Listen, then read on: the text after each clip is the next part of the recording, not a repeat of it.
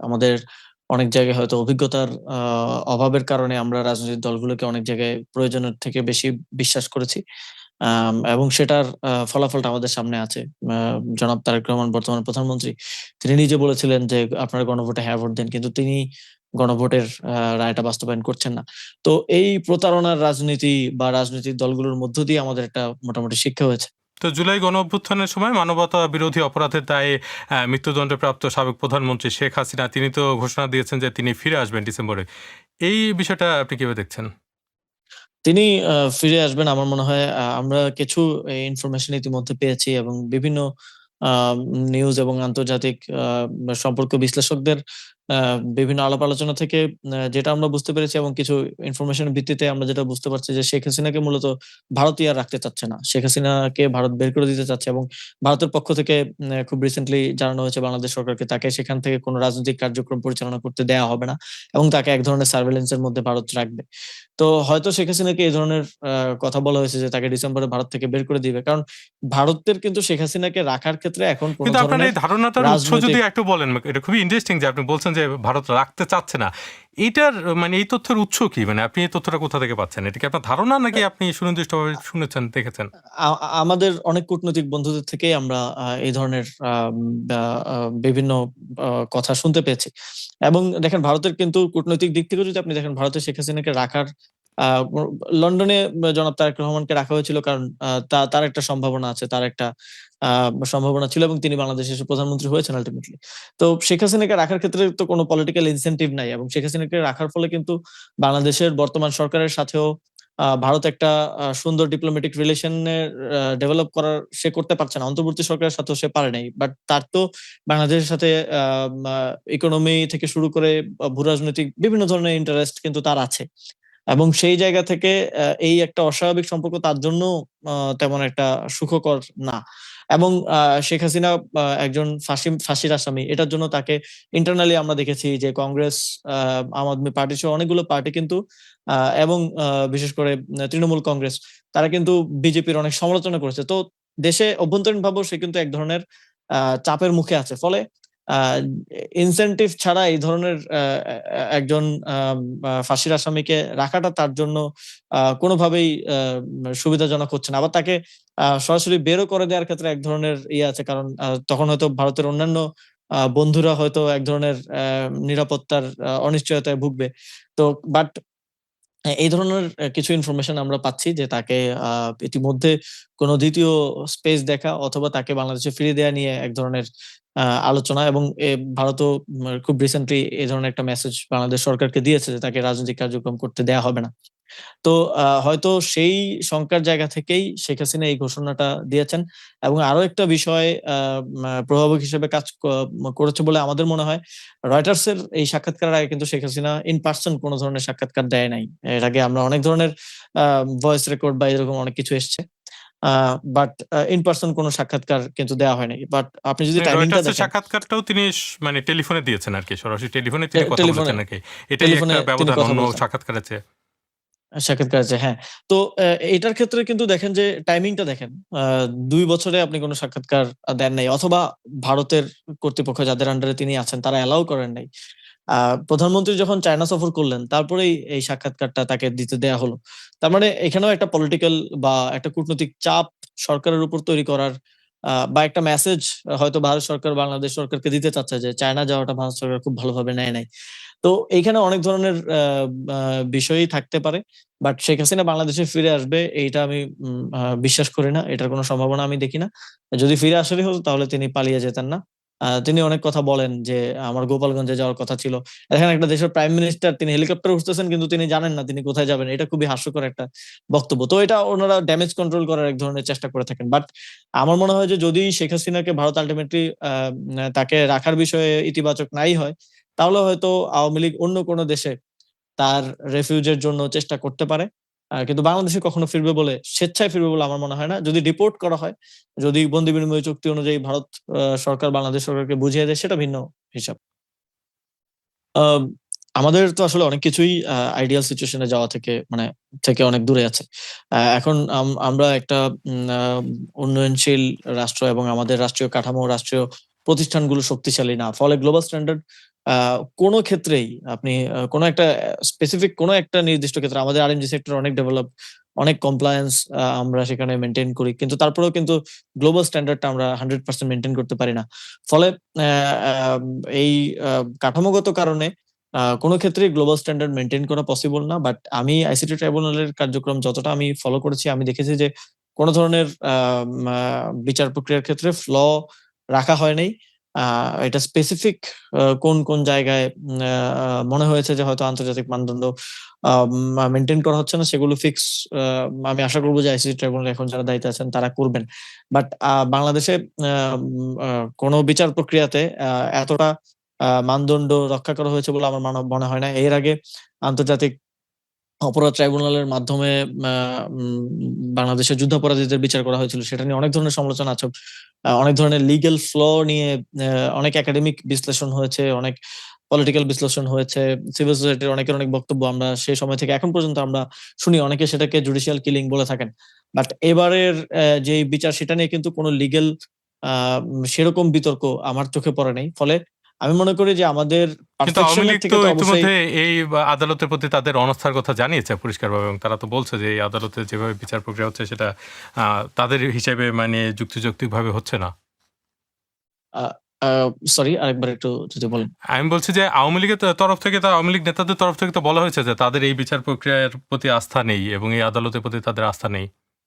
না, যার বিচার করা হবে তার তো আস্থা থাকবে না। আর আস্থা থাকলে তো তারা দেশ থেকে পালিয়ে যেত না। এবং যে অপরাধী সে তো কখনো বলবে না যে আমি অপরাধী। বাট এই জিনিসগুলো তো মানে ওয়েল প্রুভড। এটা এমন না যে শুধু আদালতের চোখে প্রমাণিত। আমরা শেখ হাসিনার অনেকগুলো নির্দেশনার ভেরিফাইড কল রেকর্ড, যেটা ফরেনসিক এর মাধ্যমে ভেরিফাইড হয়েছে। অনেকগুলো নির্দেশনা মানুষকে খুন করার এবং ইভেন আন্দোলনের নেতৃবৃন্দ হিসেবে আমাদেরকে খুন করার নির্দেশনা তিনি দিয়েছেন। গায়েব করে ফেলার নির্দেশনা তিনি দিয়েছেন। তো আ এই জিনিসগুলো তো যথেষ্ট প্রমাণিত, প্রমাণের মধ্য দিয়ে হয়েছে এবং আমাদেরও সমালোচনা আছে যে যেই স্কেলে বিচারটা হওয়া প্রয়োজন ছিল, সেই স্কেলে কিন্তু বিচারটা করতে পারছে না আন্তর্জাতিক অপরাধ ট্রাইব্যুনাল এবং তারা বলছে যে তাদের ক্যাপাসিটির আম আ তাদের সক্ষমতার আম আ এ উম আ মধ্যে আসলে আছে। তাদের যথেষ্ট গাড়ি নাই, যথেষ্ট লজিস্টিক্স নাই, যথেষ্ট প্রসিকিউটর নাই। আ তো আ বাট আমরা আশা করেছিলাম যে যেই পরিমাণ কিলিং হয়েছে সেক্ষেত্রে প্রত্যেকটা হত্যাকাণ্ডের বিচার নিশ্চিত হওয়া প্রয়োজন। বাট অপরাধ ট্রাইব্যুনাল থেকে এখন পর্যন্ত আমার মনে হয় আম আ আইকনিক জায়গা থেকে কয়েকটা বিশেষ মামলার বিচারের রায় দেওয়া হয়েছে। কয়েকটা বিশেষ মামলা নিয়ে কাজ করা হচ্ছে। তো অবশ্যই বিচার প্রক্রিয়া তো কখনো ওভারনাইট হয় না। বিচার প্রক্রিয়া একটু লেংথি প্রসেস, কারণ বিচার প্রক্রিয়াকে আ সুষ্ঠুভাবে করার জন্য একটু লম্বা প্রসেস প্রয়োজন হয়। কিন্তু আমরা প্রত্যাশা রাখি যে এই আইসিটি ট্রাইব্যুনালকে আরো শক্তিশালী করা হবে এবং আরো বিগার স্কেলে যতগুলো মামলা হয়েছে সবগুলোকেই আস্তে, আস্তে আ মা নিষ্পত্তির মাধ্যমে বিচারের আওতায় নিয়ে আসা হবে। আমাদের অনেক জায়গায় হয়তো অভিজ্ঞতার অভাবের কারণে আমরা রাজনৈতিক দলগুলোকে অনেক জায়গায় প্রয়োজনের থেকে বেশি বিশ্বাস করেছি। এবং সেটার ফলাফলটা আমাদের সামনে আছে। আ জনাব তারেক রহমান বর্তমান প্রধানমন্ত্রী। তিনি নিজে বলেছিলেন যে, "আপনারা গণভোটে হ্যাঁ ভোট দেন।" কিন্তু তিনি গণভোটের রায়টা বাস্তবায়ন করছেন না। তো এই প্রতারণার রাজনীতি বা রাজনৈতিক দলগুলোর মধ্য দিয়ে আমাদের একটা মোটামুটি শিক্ষা হয়েছে। তো আমি যদি ফিরে যেতে পারতাম তাহলে প্রথমতই আমি ৫ই আগস্টেই আ মা একটা ঘোষণাপত্রের মাধ্যমে এই সংবিধানকে বাতিল করে আ এবং পরবর্তীতে একটা গণপরিষদ নির্বাচনের আ মধ্য দিয়ে একটা নতুন সংবিধান, নতুন রাষ্ট্র কাঠামো এবং এই যেই আ ভেঙে পড়া রাষ্ট্র ব্যবস্থাকে নতুন করে গড়ে তোলার আ দিকেই যেতাম। তবে তখন ওই সময়কার সময় বাস্তবতা বলি আরো বিভিন্ন পরিস্থিতি এবং রাজনৈতিক দলগুলোর আম আ আ অসহযোগিতা এবং অনেক ক্ষেত্রে তাদের দ্রুত নির্বাচন দিয়ে দ্রুত ক্ষমতায় যাওয়ার আ জায়গা থেকে অনেক জায়গায় আমাদেরকে আসলে কম্প্রোমাইজ আ করে আসতে হয়েছে। যার ফলশ্রুতিতে এবং অনেক ক্ষেত্রে আমরা তাদের মধ্যে তাদের উপরে ট্রাস্ট রেখেছি, তাদের উপরে বিশ্বাস রেখেছি এবং তারাও সেটা বারবার বলত যে, "আমাদেরকে বিশ্বাস করেন, আমরাও সংস্কার করব, আমরাও সংস্কার চাই। আমরাও এই যে ৩১ দফা দিচ্ছি, আমরাই তো সংস্কারের কথা সবার আগে বলেছি।" কিন্তু আল্টিমেটলি আমরা তাদের থেকে অ্যা অ্যা একই যে আমি গণঅভ্যুত্থানের নেতা হিসেবে এবং বাংলাদেশের জনগণ এক ধরনের প্রতারণার শিকার হয়েছে। তো আমার মনে হয় এটা একটা লার্নিং। জাতিগতভাবে আমাদের একটা লার্নিং হয়েছে যে পরবর্তীতে আমরা তাদের উপর আর কখনো ট্রাস্ট আসলে রাখবো কিনা? অথবা এই ধরনের পরিস্থিতি যদি কখনো সুযোগ হয়, আ সেক্ষেত্রে আমরা তাদেরকে আবার ভরসা করব কিনা? কিন্তু সেক্ষেত্রে মানে এই যে মৌলিক যেসব সংস্কার গত ১.৫ বছর ধরে আপনারা পরিকল্পনা করলেন নানা বিশেষজ্ঞদের নিয়ে, সেই সব সংস্কারের ব্যাপারে আপনি এখন এই পরিস্থিতিতে এসে কতটা আশাবাদী আর? অনেকগুলো সংস্কার তো অন্তর্বর্তীকালীন সরকার নিজেই করেছে, যেগুলো অধ্যাদেশের মাধ্যমে করা সম্ভব। আপনারা দেখেছেন যে সংসদে সেই প্রস্তাবগুলো উঠিয়ে সেগুলোকে বাতিল করে দেওয়া হয়েছে। খুব গুরুত্বপূর্ণ নির্বাচন কমিশন, দুর্নীতি দমন কমিশন, গুম প্রতিরোধ প্রতিকার অধ্যাদেশ সহ মানবাধিকার কমিশন অধ্যাদেশ সহ খুব গুরুত্বপূর্ণ কিছু সংস্কার কেন্দ্র সরকার আ বাতিল করেছে। এবং যে ৮৪ টা বিষয়ে ঐকমত্য হয়েছিল ঐকমত্য কমিশনে, এবং সেই জুলাই সনদে বিএনপি সরকারও আ আ বিএনপি দল হিসেবেও তখন তারা স্বাক্ষর করেছে সংসদের দক্ষিণ প্লাজায় গিয়ে। এবং আমরা দেখেছি গণভোটের যে প্রসেস, সেটা নিয়ে নির্বাচনের আগ পর্যন্ত তাদের মধ্যে কোন ধরনের আ আমরা কোন ধরনের এর বিরোধিতা তারা কিন্তু করে নাই। বরং আমরা বর্তমান প্রধানমন্ত্রীকে দেখেছি, তিনি নির্বাচনী জনসভায় গণভোটে হ্যাঁ আ ভোটের পক্ষে বলেছেন, জনগণকে অনুরোধ করেছেন হ্যাঁ ভোট দেওয়ার জন্য। কিন্তু আল্টিমেটলি নির্বাচনের পরে এসে তারা মা আসলে বেঁকে বসলেন। তো এই জায়গায় একটা শঙ্কা তো অবশ্যই আছে যে এই সংস্কারগুলো হয়তো আর হবে না, এবং যে সংস্কারগুলো হয়েছে সেটাও বাতিল করা হয়েছে।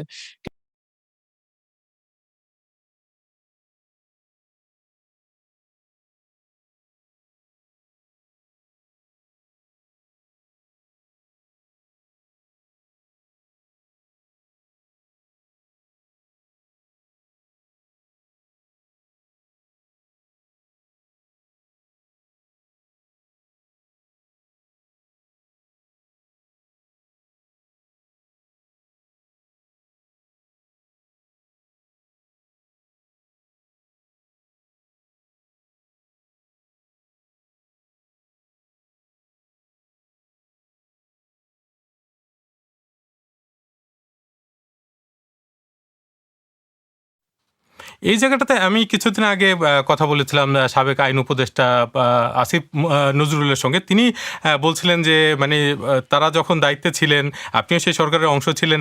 তো তখন সব দলই আসলে নির্বাচনের ব্যাপারে তাদের উপরে প্রচণ্ড চাপ দিয়েছে। ফলে তাদের অনেক কিছু তাড়াহুড়া করে শেষ করতে হয়েছে। কারণ কোনো দলই তাদের যে মানে থাকাটা সেটা মানে সংক্ষিপ্ত করে তারপরে সব দলই আসলে চেয়েছে দ্রুত নির্বাচন হোক, এনসিপি সহ। তো ওই তাড়াহুড়োটা তখন আপনারা কেন সেখানে যুক্ত হয়েছিলেন? বিশেষ করে যখন এইসব সংস্কার প্রক্রিয়া আরো কিভাবে টেকসই করা যায় সেই আলোচনা হচ্ছিল?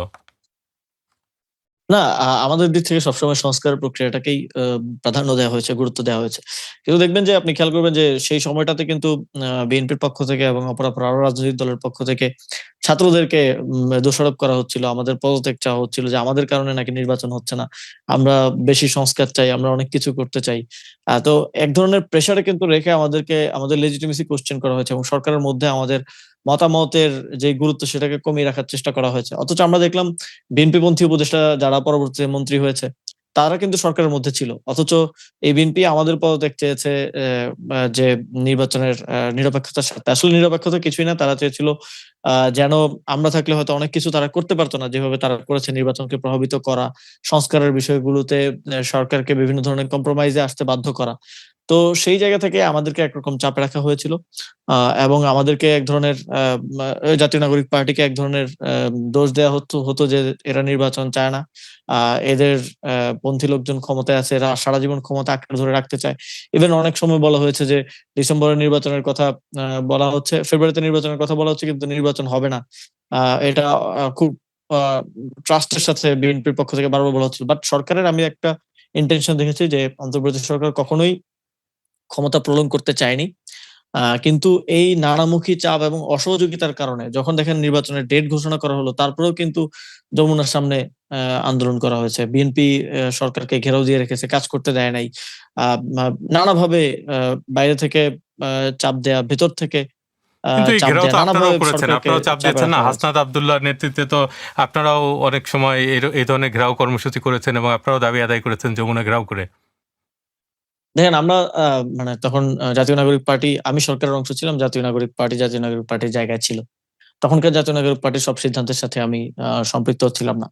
আ হাসান আব্দুল্লাহর নেতৃত্বে এবং পরবর্তীতে আরো বিভিন্ন রাজনৈতিক দলের ইয়াতে যেইটা হয়েছিল, সেটা কিন্তু আওয়ামী লীগের নিষিদ্ধ করার দাবিতে হয়েছিল, এবং আওয়ামী লীগ আওয়ামী লীগের কার্যক্রম নিষিদ্ধ করার পর আপনি দেখবেন যে বিএনপিও কিন্তু অফিসিয়ালি তারা বক্তব্য দিয়েছে যে আমরাও নিষিদ্ধ চেয়েছি। তো সেটাতে তো যদি আপনি দোষ দেন তাহলে বিএনপিকেও দোষ দিতে হবে। এবং যেই ঘেরাওয়ের কথা আমি বলছি সেটা ১ম এ শুরু হয়েছিল দক্ষিণ সিটি কর্পোরেশন, তারপর সচিবালয়, তারপরে এসে সেটা যমুনা পর্যন্ত ঠেকেছে। প্রায় ১ মাস আন্দোলন হয়েছে।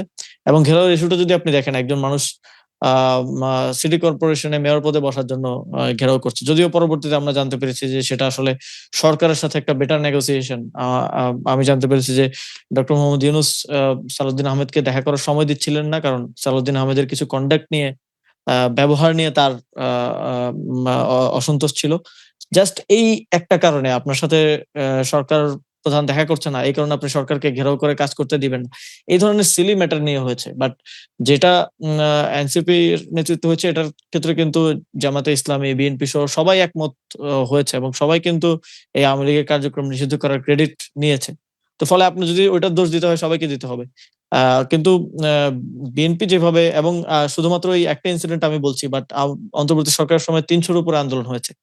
এবং অধিকাংশ আন্দোলনই বিভিন্ন সমিতির দ্বারা, বিভিন্ন কর্মচারী সমিতি বা এটা ওটার দ্বারা প্রভাবিত হয়েছে। এবং আমরা সব আন্দোলনের গোড়ায় কি আছে খোঁজ নিতে গেলে গোয়েন্দা সংস্থার রিপোর্টের মাধ্যমে আমরা দেখতে পেয়েছি যে সেখানে বিএনপিপন্থী যারা আছেন তারা এটাকে উস্কানি দিয়েছেন। এবং আপনি দেখেন যে নির্বাচনের পরে তো আর ওই দাবিগুলো নাই। ওই দাবিগুলো দাবির জায়গায় আছে। কিন্তু তারা আর ওইটা নিয়ে মাঠে আসছে না।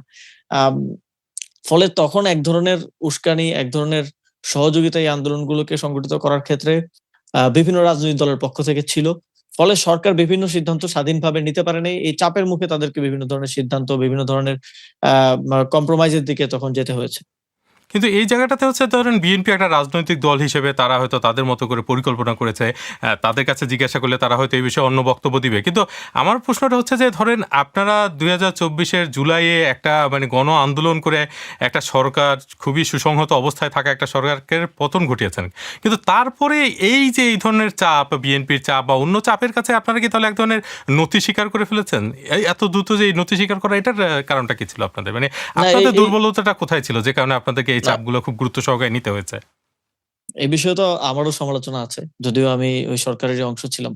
আ এবং আমি অনেক জায়গায় বলেছি যে এই সরকারের কাঠামোগত কারণে এই বিষয় এবং এই সরকারের যেই ব্যক্তিগুলো দায়িত্ব নিয়েছে তাদের ব্যাকগ্রাউন্ড এর কারণে এই সরকারটা যথেষ্ট একটা গণঅভ্যুত্থানের সরকারের যতটা শক্তিশালী আম আ অবস্থান নেয়া প্রয়োজন ছিল সেটা তারা নিতে ব্যর্থ হয়েছে।